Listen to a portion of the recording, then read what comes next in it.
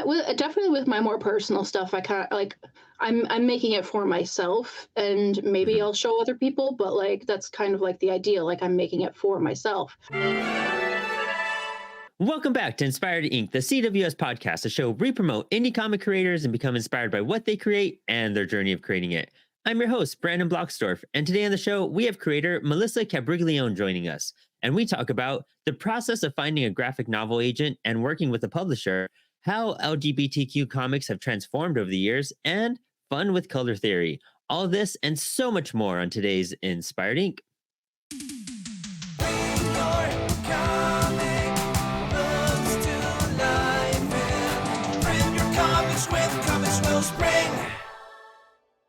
Do you kind of keep that like, I mean, I use the gym as a very good like mental detox for like me creating. Hmm. Does that kind of like serve the same thing for you to kind of like just take a break from looking at something or thinking about something long enough to Yeah, like, yeah, that's the way I feel about it. It's a good I don't know. It's the only time I get to like not think about what I'm doing about everything else in the world. yeah. I usually just like throw on a podcast and like just sweat out for a little bit, but I usually use it as just as an excuse to get away from the desk, honestly, because I'm here like all the time. Just like Yeah, I need to get up and get moving. Otherwise, I'm just gonna you fall have a asleep. lot of work. Yeah, I mean, and Huh? your work is like crazy. You have a lot of stuff behind you, and I was looking at everything you've been Mhm, putting out, and then everything you've done previously too. I was checking out that book mhm. you did with Dark Horse, which is like, Yeah. pretty awesome. How did that come Mhm. about? Actually, I'm curious about. So, I think like a couple years ago, I wanted to like get like a graphic novel pitch together, and that's like that takes a lot of steps because you have to start, you need to really be like a self-starter and like making sure that you have like the script and you need all the character designs. And then in order to do that, for traditional publishing, you also need to have an agent, which um, I needed to put a pitch together for that at the very first. So um, it was a lot of work up front with like making sure everything was like good enough to share with other people, and it was a lot of like bravery to work up as well because you're going to get feedback, and if it's something that's like really near and dear to you, that can be kind of a little scary to do at first. But yeah, it was definitely like a couple years in the making. I started my script, and then I was able to get into connection with my current agent, Laurel Simmons at KT Literary. And she was absolutely amazing throughout the whole process, just like teaching me like how to make the book more appealing to publishers, how to make it seem like uh like I was focused on like audience and like the final product. And then we ended up pitching to I think about 20 publishing houses, and Dark Horse eventually picked it up. So I was very happy with that. Now, when you say like making it more appealing to publishers, what did that entail? I'm very curious about. Like when I originally wrote my graphic novel, I didn't really think about like the marketing aspect of it. And then there was a lot of like figuring out what the specific audience is. And even still, like Basil and Oregano was a young adult graphic novel, but I don't feel like it falls into what is considered young adult in like the market right now. Um, Hmm. I feel like young adult is like a little bit darker. It has some sexual undertones, like Twilight, Hmm. basically. Yeah, But yeah, that's where my brain was going immediately too. Yeah. yeah, there tends to be like a lot more grown up stuff going on. But when it came to my book, I actually like I'll tell people it's young adult, but like I would say middle grade and up. But just because it takes Oh. place in like a magical cooking high school where like they're focused on like paying tuition, it is also relatable to older audiences. Hmm. So I did have a little bit of trouble kind of like because I really wanted it to be for all audiences. And I do have a lot of like middle grade kids who absolutely love my book. So it was a little bit difficult to figure out like how to get that audience ready. And a lot of publishers actually at the time when I was pitching weren't looking for a lot of young adult. They were looking for more middle grade, which I didn't want to Hmm. do. So that made it a little bit more difficult too. I could see. Yeah. And was that part of like the feedback aspect too, is just to like find that balance between the two Yeah. and to like kind of pull and like push against where it's going to land for the like level you're looking for? Yeah, that's what kind of because publisher like editors who are like looking over the pitches will give you feedback. If they're an amazing editor, sometimes they're just like, sorry, no, can't do it. But a lot of times I got like a couple of like paragraphs of from editors like, Hmm. this would be great, but we're kind of more looking for this. Some publishers were like, oh, we already have a cooking book that's coming out and we don't want it to compete with that. So that was another thing.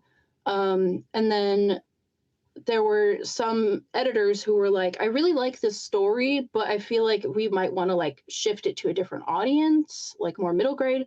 But I feel like that's not really what you want to do, so we're not going to really pick it up right now. But with Dark Horse, they picked it up and they said, we love it. Here's like a couple of very minor edits and get to work. Like my Oh, editor that's Brett awesome. over at Dark Horse was really great. That's so cool. And like, have you ever Yeah. worked with an editor that's like looking to like just change your story, or is it really just like parts of like different things that you just need to touch up upon and like correct and like what might bring out a moment a bit better? But like, has anyone really tried to like Mhm. alter the direction of your story? Not really. I think part of the editor's job and also the agent as well is to make the book as like good as possible, but also like what would seem mostly like that author and not like a group project, basically. Nice. That's so cool. And you did all of that. Like you wrote it, you drew it, like it's all Hmm. you, which is a really Yeah. outstanding project in itself. And like how long did that take for you, like from conception to publication? How many years goes behind that? And like, I mean, I don't know if you know hours of work, but I can only imagine, the years will explain the hours of work at that point. Yeah. Well, there was definitely a couple years where I took just for like formulating the characters, what exactly like the direction that I wanted to go in, designing all of like the backgrounds, like how I wanted the story to go. There was a lot of like free writing to figure out like the plot, what I wanted to have in the book. And honestly, like the pitch that I put forth for my agent is completely different than the pitch that I put forth for Dark Horse. Because my agent Laurel was like just so amazing and like helping me like figure out how to make the story work a lot better because it was like my first story that I've ever written like long format. Um, but I also took a lot of time just to like build up the courage like ask somebody like, is this book good enough for you to pick up? So that's very scary. But I think I started around like just like very pre-pandemic, so maybe like 2019 I started like really ideating it, and then I think like 2021 I got my agent. Then it took up maybe another year to fix it up, and then it got picked up by Dark Horse. So I think like making the physical book took about a year and a half, 2 years. I did have a lot of help from my at the time girlfriend, now fiance, but she helped me a lot with flat colors, and she also did the lettering for me. Oh, rad. That's a power Yeah, couple right there. You know what I mean? In your yeah, department. That's definitely helps amazing. save That's so time. exciting to hear. Yeah, exactly. Yeah, Yeah, that working relationship probably gets a lot of more hmm, communication done real fast too. yeah, That's so yeah, awesome. That's so cool. I hmm, mean, gosh, it's just like one of those things. Like, how do you even go about, preparing yourself that you want to make this like a published book instead of something that you're going to do on hmm, your own? What made you make that decision yeah. to be like, you know what, this is bigger than me right now? Like why did you want to go towards that publishing route instead of independent publishing? And what do you think the benefit was there between the two? I did do a lot of self publishing early on. In the beginning, I started with my webcomic Falconhurst, which has been on indefinite hiatus for a lot of years, just because I don't have space in my work schedule for it, unfortunately. But it was kind of like my personal passion project that I worked with my friend Clara on. Um, and we did a couple of like Kickstarters for printing it. I think we did like issue four, issues 1 through 4. We kickstarted, and then we did a large volume, which both were printed with Comics Wellspring. Um, Oh, right. and the biggest issue that I had with self-publishing was that I was doing everything on my own. And I found myself like spending less and less time on actually making comics because I was setting up printing files, I was setting up ordering stickers, ordering acrylic charms, I was setting up all the mailing lists, I was getting everything shipped and prepped and I was spending less and less time on comics, which I wanted to spend more time on comics. So I did want to move more towards the private publishing area because I was able to be able to focus more on the story, focus more on my art. And then also I the thing about like Basil and Oregano is like I'm so glad I didn't self-publish it because right now I got sent a like a quarterly like sheet from Dark Horse about how much like we've sold so far.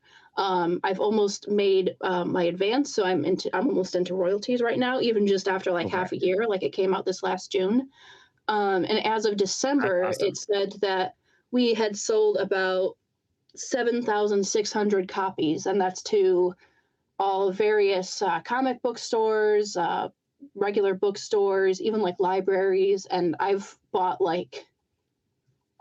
at least 1,000 copies myself to sell at conventions, and I'm down to like 2 boxes. So we have sold a Okay. lot, and I can only imagine that like if I had done that self-published, I would be like neck deep in like shipping packages right now, and I could not do that. I feel you. I know when you're doing it independently, that success factor is so high when you're like, I'm so busy, I'm Yeah, shipping all this stuff out. It's such a great feeling, but you're like, I am so exhausted and I just wanted to make yeah. a comic. You know what I mean? Yeah. That's Hmm. you know what? Why don't you explain that whole process of like royalties in advance and how that works? I recently learned about that by hanging out with a children's book author. But I don't think our audience really knows about that very much. Could you break that down a little bit? Yeah, sure. So an advance is what you get when you initially sign on for a book before you start like drawing anything. So when I pitched to Dark Horse and they accepted it, we went through like the contract process, and then my agent talked to the editors and the team at Dark Horse, like the financial team at Dark Horse, and negotiated like extra advance money. So the advance is basically what you get. It depends on the contract, so it's a little different. When it came to Basil and Oregano, mine was split up into, I believe, three different parts. I got a $12,000 advance, so it was split into three different parts. The first part was upon signing, so I got that first $4,000 upon signing. And then I think the second part was after like thumbnails or pencils. So once I completed that, they sent the payment for that. And then the last part was upon completion of the pages. And so that's like the advance that the company invests into you basically. And then after the book like starts selling, then you start like paying the company starts like paying like that advance like getting that money back. And so once they make that money back from paying your advance from all the printing and everything, then you get your royalties. And that's just kind of like what's extra, what's left over after like selling of the book. I love it. Yeah, it's such a weird process. It's such a I don't know. I guess it's weird to a Yeah. lot of indie creators. You know what I mean? Typically it's like a Hmm. different balance of things and having to figure out like where the money's allocated and whatnot. But going through that process of like I need to sell X amount so that then I can start Yeah. getting paid again for the book. It's an interesting concept because you're like handed it And- and then you pay it back and then it's just like you Yeah. get rewarded again. And like And every publisher is different. I've worked with Macmillan, I've worked with Simon and Schuster, hmm, and all have had like different advances coming up. And like some publishers will pay a higher advance, so then it takes longer to get to the royalties. Dark Horse pays a little bit less than like the major publishing companies, just because like it's not as large because it's like Simon and Schuster and Macmillan have like imprints, but mhm. Dark Horse solely puts out like comic books. So it was really good for them because now I'm like starting to work into getting my royalties, and I think that's like a quarterly check. I'm not sure, but Oh, I cool. guess we'll see once I start getting it. It'll be a fun first check, I'm sure too. It's Yeah, like a it'll be celebration day nice. once you get that royalties aspect. Mhm, And that's so much fun, dude. I mean, that's kind of a big goal of things, especially just mhm, getting your work out there and being able to focus more on your work and less on the business aspect of it. Because I exactly. mean, even like running, like I run Apollo City Comics, which is a small imprint, and it's just I always get to the part where we do finances with the creators and having to break it down and like think about logistics and timing on like fulfillments and such. And it is the hardest part, and it takes up more time than actually creating some of the work itself, to be Mhm. honest. But you going through an agent, having to have that requirement, what were your steps to go about that? And how did you find an agent that was like kind of dedicated to a comic book medium that felt like you felt supported with and comfortable with to like send you over to all these publishers? It definitely is a bit of a process when it comes to getting an agent because not only are you finding someone who just wants to publish your book, you're finding someone that you're going to be building a relationship with and someone who is going to be like basically your cheerleader the whole time. Hmm. And they need to be like really enthusiastic about your work. They can't just be like, okay, this is so and so's work and let's just get it published. But you're going to want someone who is really going to fight for um, better pay and a lot of times and like a couple of occasions my agent has negotiated a couple extra $1,000 in a contract. And the thing about having an agent is every time you get paid like from a royalty or from like an advance, they get 15% of that pay. So they're more motivated in that fashion to get you more money. Hmm. And also they advocate for more fair pay. They advocate for more fair timelines so that you're not like super stressed out. And then they also help with just like being like the middleman between you and the publisher so that things can get figured out more easily because they understand the inner workings of the publishing companies.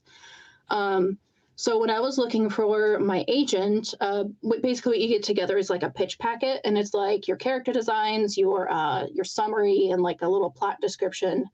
And then I believe I did like 3 or 4 like sample pages just to show like how I tell my stories, how my art works, and I sent it around. I think maybe like 5 or 10 um, agents.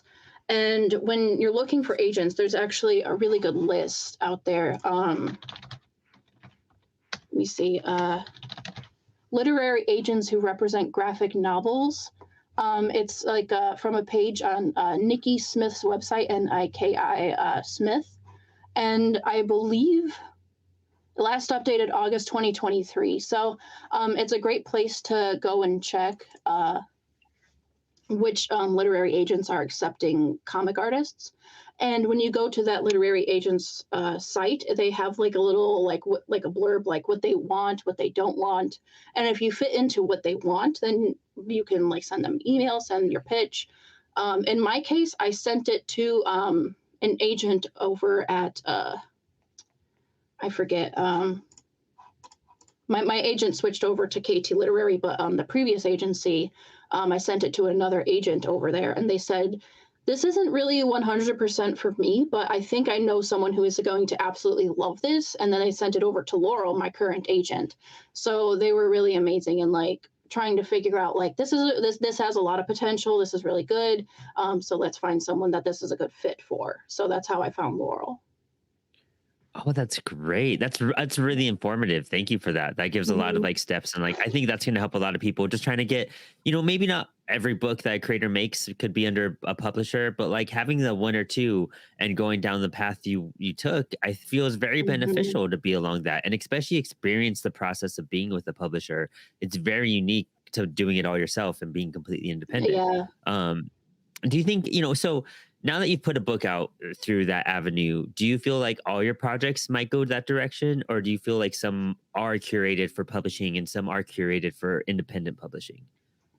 I do still kind of work in independent publishing. I do a series called Spirit with Mark Bell. He's a good Mm. friend of mine, and every issue we kickstart, and he kind of manages the whole like shipping, all of the business stuff, and I kind of just do the art. But I still love like being able to have something like so openly accessible. Like when it comes to indie publishing, like a Kickstarter, like you put the Kickstarter forth, people support it, and then they get the book. I feel like that, like especially with like just an issue, that timeline between buying and like pre-ordering and then actually getting like the finished product is a lot shorter. When it comes to Hmm. like traditional publishing, it's like this book might be out in like 5 years, maybe 6 years, give or take.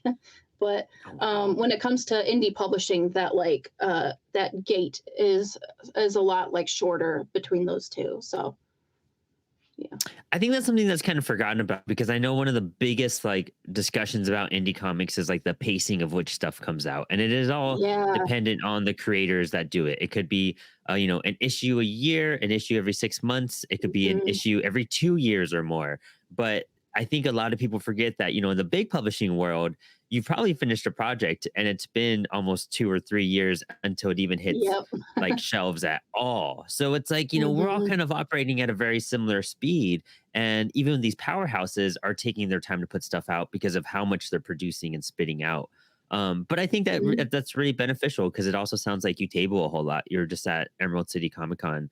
And, yeah. how was that for you? How do you like tabling with like your own independent stuff and having the book out there with Dark Horse? Do you feel like it gives you a little bit more of an advantage to have that, like, that publication under your belt? Or is it just like one of those tabling experiences where you're just like, I'm just in the trenches with everyone and it's really just like Mhm. somewhat advanced, but not much? It does help. Like a lot of people, because I put my book like right in front of me, like when I'm tabling, and then I have like all my other stuff around. But like I'll like have my book, and if someone like glances at it and like looks at it, I'm like, oh, that's my original graphic novel. It's published by Dark Horse, and they're like, oh my god, Dark Horse! So they pick it up and they take it, and usually end up buying it. So it does feel nice to have that like super official look. Yeah. It makes me seems like I'm super famous, but not really. But I do have a lot of people who come up to the table and say like, "Oh my god, like I've seen this. Like I've seen this in the bookstores. I've seen this in the library." At Emerald City, actually, I had this like little teenager come up to the table, and they pointed out the book, and their father was like, "Do you want a signed copy?" And like grabbed the copy. Um, or actually, no, they brought a copy with them to get signed. And like that Oh, actually so happened like cool. 4 to 5 different times, like at that show. And I'm like, this is the first time this has ever happened. Like, thank you. Like somebody actually Oh, looked that's so up my name and awesome. said, this person's gonna be here. I need to get my book signed because I do that all the time with like, authors that I look up to. So like I Yep. thought that was really cool to have them come up and, just like kind of Recognize you. Like just fangirl over my stuff. Yeah. And yes. so this person came up and said, like, yeah, this is that book that I really liked. And they were like being like kind of quiet and secretive about it. And the dad was like, okay, like buy a sticker, which I have like $5 for. And he handed me 40. And I'm like, oh, like I'll get you your change. And he's like, no, no, no, I'll keep it. Like, this is how much you've affected my life. And I think what I surmised from that that kind of conversation was that their kid used my book to kind of like come out because it's about two girls. So like come out in like maybe like any kind of way, like gender or sexual orientation. But like I thought that was just like a really cool thing that like I had that kind of effect on like a fan. So I thought that was really Yes. awesome.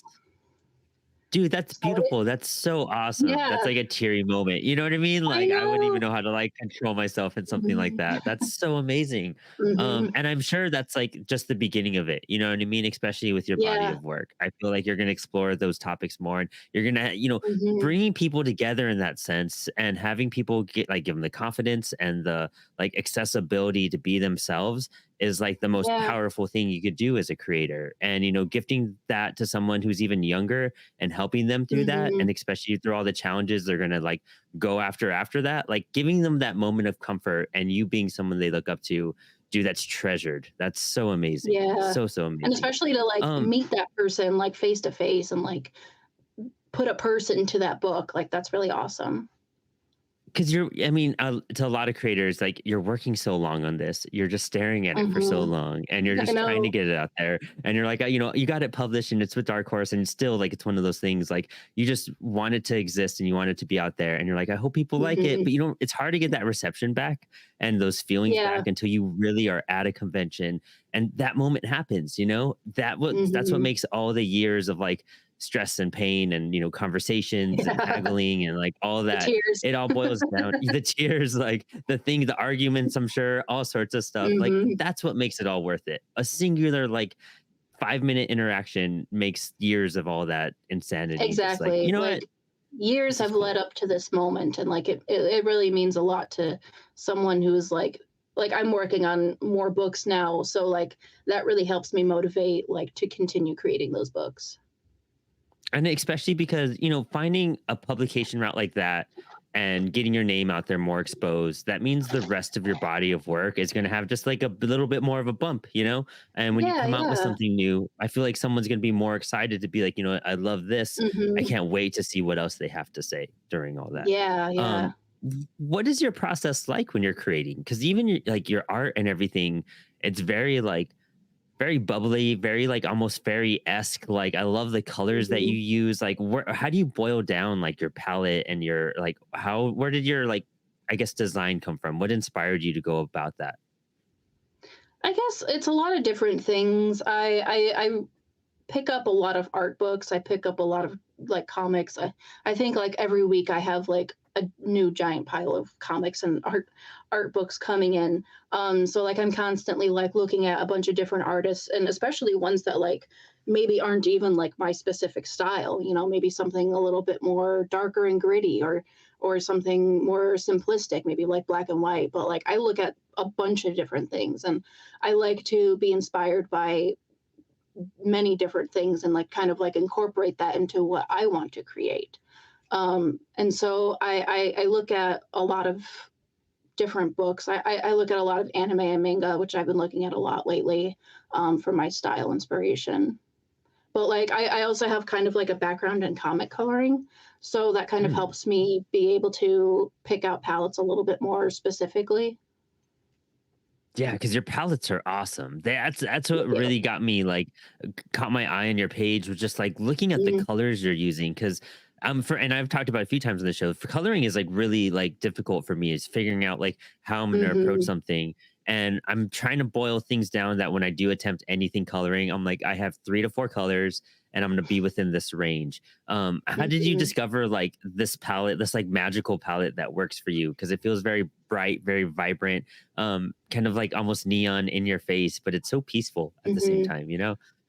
I work a lot with gradient maps, and I think I still have it available. If you use Clip Studio Paint, there's a Clip Studio Paint like little marketplace that they have where you can like download like free assets, like Oh, brushes, cool. gradient maps, all that kind of stuff. I believe I still have. It's a couple years old. I haven't updated it yet, but I do have my gradient maps available on that, and so like I use one that's like specifically it goes from like dark blue to like a purple to like a pink. And then I use that a Mhm. lot. So that kind of mellows things out. But I do find myself using different palettes at different times, but like also kind of incorporating that blue and pink into it. I've always just kind of gravitated towards that. I think, Apollo City Comics, a lot of our you can kind of see it up here. We do a lot of blues, pinks, and like purples Yeah. and everything. And that's just like one of my favorite palettes ever. Hmm. And it to me, it's just like perfect for almost anything. And I probably overuse I it a bit know. much, but it's just the best. You know what I mean? I don't know why. Those The colors just printers mean don't a like lot. it because it's all the purple. And No, like yeah, my exactly. printer that I have, I always have to like refill the magenta, as it just Yes. like goes. I was But getting also, I a think banner made and it's like all purple and it's just they're just like, we're gonna have to work with you on this. I was like, yeah, big let me know. purple. Give me sorry about that. Like Mhm. But also, I love how like because I went to art school, and of course we studied like a lot of color theory, and like the idea of color theory is like really interesting. And I don't know if you've ever done like the specific exercise where you have like a square, like two squares, and then you put like different background, and like the squares are the same color, but you'd put a different background on either side, and then like you can see like how each square, even though it's the same color, they look different depending on the background because like the color kind of seeps into it. And we did a lot of those exercises in art school, and I thought that was like absolutely fascinating, like the way that colors can kind of bleed into each other. And Yeah. then I also really enjoy how like colors can represent different moods and how you can kind of like Mm. maybe contrast or play into like different things with like the actual drawing itself and then make a different like mood coloring for it. So I really like experimenting with that. Oh, that's really cool too. I love that square experiment. I've never thought Yeah. or tried something like that before. Mhm. I'm definitely gonna experiment with that like on my lunch break today. I'm just gonna grab one Yeah. of some colors It's really and play fun with because that. like you can just like mess with the colors and you're like, wow, wow, wow. I just colors are fun. Most like that like really helps bring out backgrounds or helps backgrounds, or Yeah. whatever's on the forefront really pop out. And I think that Mhm. just like opened my brain to like I just want to go draw now. Like Yeah. it just opened up so much of like, you could really make an image like pop, or what you want to Exactly. pop because of that contrast. And Exactly. oh Yeah. wow, this is so much fun. It really I'm helps when excited. like you're doing like backgrounds for coloring a comic. You do a certain background and then you do a certain color for the foreground or the characters, and like it really helps them like either like push away from the background or blend in whatever you want. So it's really interesting to Mm. play around with that. Okay, cool. And especially when you think about books that are just like, the background's all one color, or when the Hmm. characters are just a single color, that's when I'm gonna just study that now too. Like I always feel like Hmm. that's one of those things to make coloring easier. I Yeah. never really thought about the process of like, oh, this is intentional to see how the colors pop against each other. Hmm. I thought it was just like a quick, like, okay, we just got to fill in the background and make it one color, or fill in the character, Yeah. we'll do it one color. Very And strategic about that. a good example for color theory in comics, actually, if I don't know if you've heard of Cucumber Quest by GGDG. It was a Oh web no. comic for a very long time, and now I think it's done being printed by First Second. But if you look it up, like a lot of GGDG's work, I think they mostly do writing now. But Cucumber Quest is like one of the like most famous comics for like color theory, and I know that the creator has done like a lot of tutorials on like different lighting and especially like mood lighting, and they just do like an amazing job. So I definitely suggest checking that out. So that was very Yeah. formative for my coloring. Oh gosh, yeah, I would definitely look into that. It's a, Mhm. coloring is just a weird beast. It seems, I Yeah. guess it's just like any part of the art form, but it's like you open Mhm. up another like million options to choose from, Yeah, going from like, oh, I and got it's still pencil very and I can ink specific this. to an artist's style too. Yeah. Yeah, it really transforms the book, and I've been lucky to work with a handful of different colorists and seeing their Mhm. approaches, and each one of them has their own little taste, and I'm just like, I don't know how you guys figure this Yeah. stuff out, but it's awesome. And Yeah, lots of it tweaking really adds. colors. Yeah, it changes flavors, like that's really Mhm. what's going to define the story. It's everything you're saying, moods, tones, like that's what's going to give definition to your book. A lot of people look straight at the art and that's the first thing they catch. But if those colors aren't bringing that art out in the right Mhm. way, it's just going to be like, you know what, this almost has a lot of potential. Or, when I look at your work, it's just eye catching. It immediately like drew Mhm. me in and immediately was just like, I just want to stare at this. It's so vibrant and fun. And if you had a cool like black light on some of your prints, I bet they look Ooh, amazing, to that'd be be nice. honest. Like, yeah, it looks like, I don't know, that's your stuff is just super rad.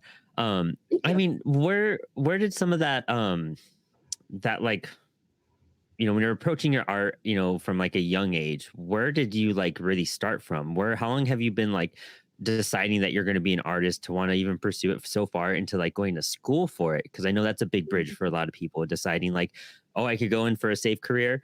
Or, people like us, we went for a creative art school. And like, what made you Mhm. so drawn to that instead of choosing anything else out there? I think I decided I wanted to be a comic artist when I was like 5 or 6. I started like my first comic series. I think I drew like Pikachu and like Team Rocket and stuff like that. And like really, I still have them and they're really bad and like full of like misspellings. But I also made like a comic book series about my dog who did kung fu, and also Team Rocket was there because I loved Team Rocket. And there were also like a bunch of other Pokemon because I was obsessed at that age. But I think I definitely like when I was drawing those comics, I was like, I really love this. I want to make comics when I get older. And like I just decided that. Um, but like for me as like a little girl growing up wanting to make comics, it was very difficult to find comics that I could relate to at the time. Just Mm-hmm. because it was all like gritty, dark superhero stuff and like punching. Maybe the occasional like memoir, but like it was really difficult back then to kind of find like the diversity that I was looking for, especially with like LGBT comics. But Oh yeah. by the time I went into art school, I started to like really start investing in creating my comic library. And I think I started with just like a couple of I just looked on Amazon, like maybe like the top 5 graphic novels, checked it out and see if I liked those. I started going to comic book shops and like looking at like the actual graphic novels, the original stuff. And I started building like what the stuff that I liked, stuff that I gravitated to. And so like when I decided to finally go to art school, my parents were actually very behind it because like my mom went to art school for like fashion design. I believe at Oh the Art rad. Institute of Chicago. And like Oh when cool. she was my age now, that was back in the day when like they didn't have pictures in like magazines and newspapers to sell products. So like she would draw up the products and like the image to show like the consumer what they're buying. So I always had like that like artistic influence from my mom because like she's been drawing like my whole life and like I just like always loved watching her and I would be like, Mom, can you draw a rabbit for me? She would help me out. But it was really nice to have that kind of support growing up because like my parents, when I said like I want to be a comic artist when I was like 20, they were like, oh, great. I mean, we support you, but have fun making money. But Yeah, honestly. I'm Yeah. really glad I had their support up front because I was able to, make it into what I am today. Yeah, that's beautiful, especially because like it sounds like your mom went down the right avenue. I always feel like if I wanted, if there was any way to start breaking into drawing, it's to like just study fashion in a big sense because Yeah. that's the route. Like when you want to make a cool Mhm. like X-Men costume, it comes down to like the most recent awesome fashion thing you could do and Mhm. stuff like that. Yeah. Like I think that really defines every character is that like their outfit, and Mhm. that And outfit I needs to always be loved character memorable. design. I always loved character Oh, design. I would always just like draw up like these random characters. I had like this when I was really little, I had like this fox character who would like gain like certain powers and could transform into like different things like a dragon or a dog. And you would get like cool outfits and all that other stuff. And a lot of it was just an excuse to draw sparkle dogs at the time because that was the thing. there you go. But I actually every once in a while I'll drag out my mom's old fashion portfolio and look at it and like look at all her designs and like flip it over and it's like C minus. And I'm like, this is amazing. And she was like, oh, I was late on that. But it was Oh really my cool to gosh. have that like kind of connection with my mom. And like even though we have like completely different like artistic styles, like every time I go and visit my parents, especially when I do conventions because I drop my dog off over there. Um, Oh. but like I'll bring her like my new prints, I'll bring her like any kind of new merchandise that I have, and she'll be like, "Oh my gosh, this is so great!" So she has a creativity wall when we go up to our stairs in the house, and like my brother does like woodworking, my other brother draws a little bit, my sister paints a little bit, and so she has like this wall of like all of our art just to like hanging up. So it's really nice to have that like kind of interest and support. That's awesome. Dude, that's so exciting. Mhm. And talk about like support and everything. You're talking about how difficult it is to find comics that related to you. And Yeah. I didn't really think about it like until you were phrasing it. Like it was all just dark and gritty, like Frank Miller-esque, like inspired books that Mhm. come out. Like when did you start to see a change shift into like finding like the proper like LGBTQ comics, and like which ones felt like they really resonated with you, if you can name any? Um, I definitely think I'm not really sure about like how the indie comic community, because I know there are like older LGBT comics, but they were very like limited in like their Yeah, scope, like physical yeah. scope, like because they were literally like printed on like printer paper or like Rizzo or just like Mhm. something that people just kind of like hand out. So like I'm sure it's been around for a long time, but like to reach the kind of scale that we have now, it took a long time. I believe one of the first graphic novels that I picked up that I really resonated with was This One Summer by Jillian and Mariko Tamaki. And Oh, cool. to this day, Mariko Tamaki is like one of my favorite authors. She also did Laura Dean Keeps Breaking Up with Me, and I believe she now runs her own imprint or like publishing company that is like focusing a lot on like LGBT, like different voices of LGBT. Um, and like this one summer really resonated with me because like it was not, first of all, not a superhero book. It wasn't like gritty. Mhm. It was marketed towards like younger people, but also like exploring like your sexuality, and also kind of like dealing with grief. And so like I found it really interesting. Like you can tell so many different stories with graphic novels and comics. And like that was like kind of like my first foray into that. So like I started going online more, I started searching more, I started following like a bunch of different comic artists, seeing what they had out, and it took a couple years to kind of get like a giant pile of my books, but now I have like three bookshelves filled with comics that I absolutely love. So it's definitely nice nowadays to just be able to like walk into a bookstore and buy five gay comics and just have the time of your life, have a gay old time. I love that. And it's because, yeah, honestly, I feel like, when I was growing up and looking at my comic book shop, and I was like, I would have never found something diverse like that ever. Like, and Mhm. now that things have really changed, I want to say in the last like 5 to 6 years, we've seen like a Yeah. substantial growth in that, and people actually making Mhm. like, people getting published with this type of material. Cause I think you're absolutely right. Yeah. This material has been around forever, but nobody really had the like encouragement or the guts to go and publish this. Mhm. And now that it is a widespread publication for many of those books, now they're getting banned and all this stupid bullshit. Yeah. And it's just Yeah. like, we're restricting art like on top of everything else and giving more restrictions on top of Mhm. things and making it more inaccessible right when there was breakthroughs. But I love how like it won't stop and it hasn't stopped. And I'm meeting indie Mhm. creators like you and Max Flowers who are working on these phenomenal projects and helping other creators find an avenue and find a community, because any person, we're all trying to find our community that we fit in, whether it be comics, whether it be like your orientation. No matter what, you need that support, you need that ability to go somewhere and feel included. And our punk anthologies were all about that, was just finding our community and Mhm. feeling included. And some of these avenues that we're going down, like I feel like now we're having a bigger upspurt in like indie work. So now Yeah. representation is getting a lot higher and getting a lot more noticed, Mhm. and we're getting more people to like promote their books higher and getting them noticed.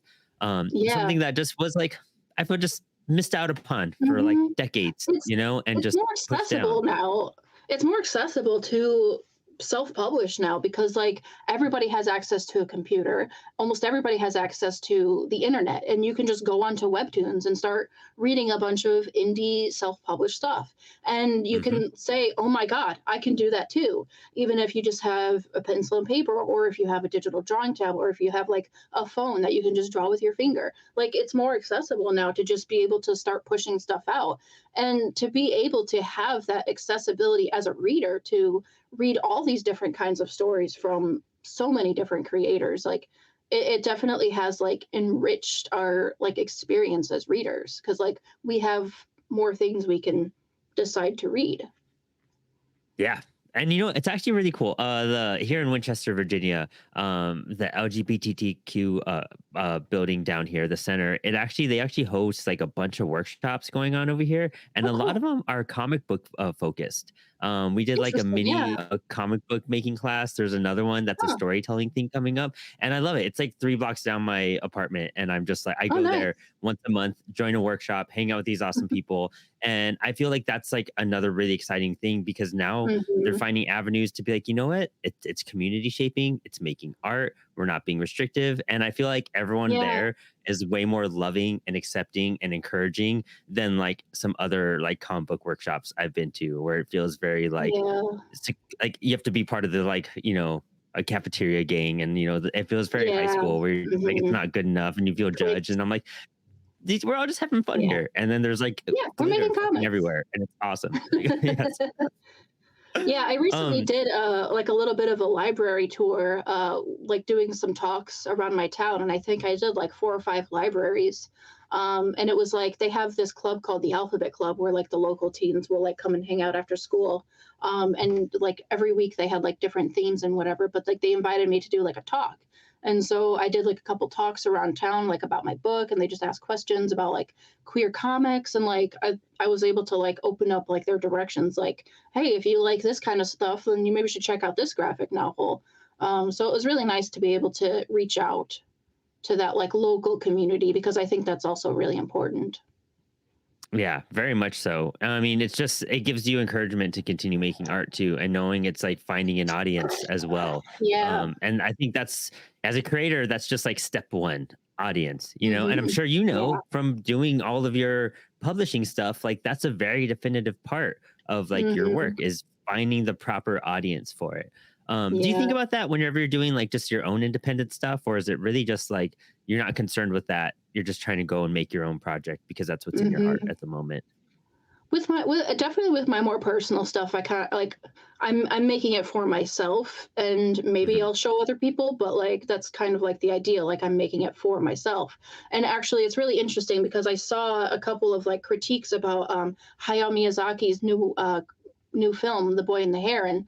There are mhm. people who say like, this film kind of just feels like Miyazaki just made it for himself. Like I understand like from a marketing standpoint and maybe from like a corporate standpoint that like it's important to think about marketing, especially on such a large scale of like a large film like that, but like Mhm, I think it's important for artists to be able to tell the stories they want for them.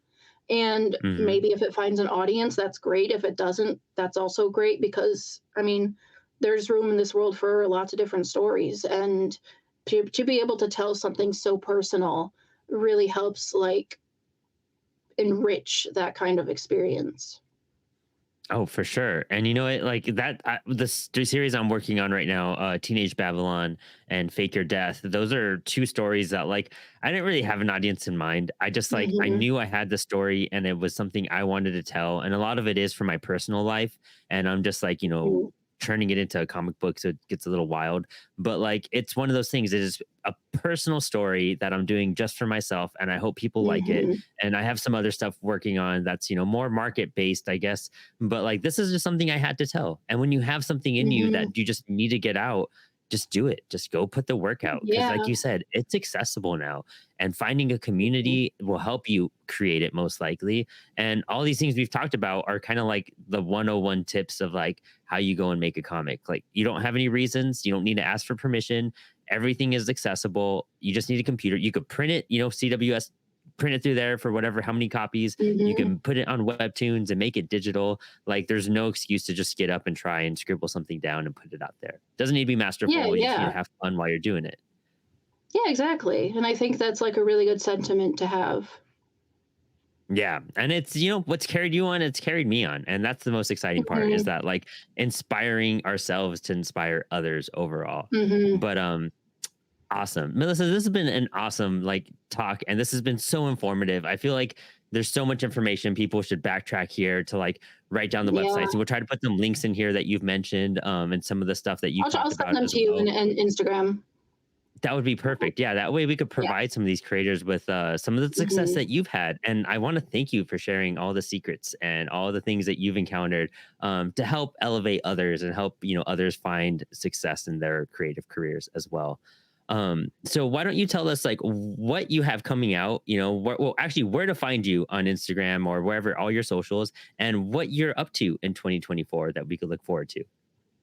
Well, you can find me on Twitter and Instagram at MCAPRIGLIONE art, M Capriglione art. I'm also on Tumblr. There's just a dash in between those. But yeah, if you want to support my work, you can find Basil and Oregano in all bookstores, comic book stores. And if it's not in your comic book store, you can order it. And it's also on Amazon or your local library. You can also order it with your local library for free as well. And then not this year, but next year, hopefully, I should have another book out with Simon and Schuster. It's written by Jeremy Whitley and Ben Kahn. It's called The Dashing School for Wayward Princes, and it's about a trans princess, and it's very, very good. And I cried many Ooh. times while drawing it.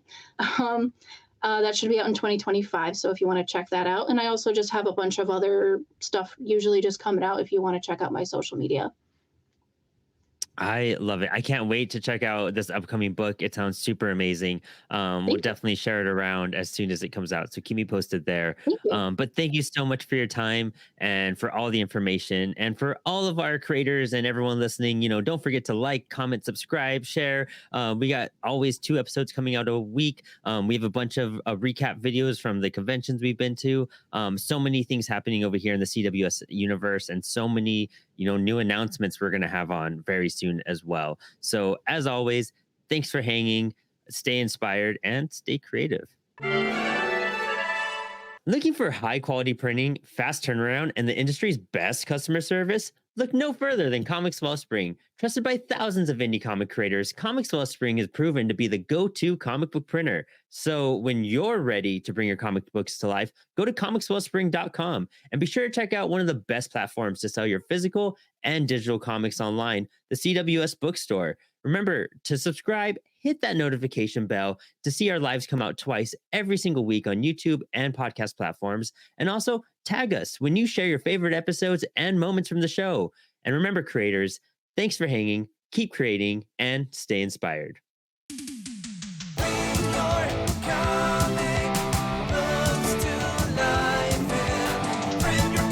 With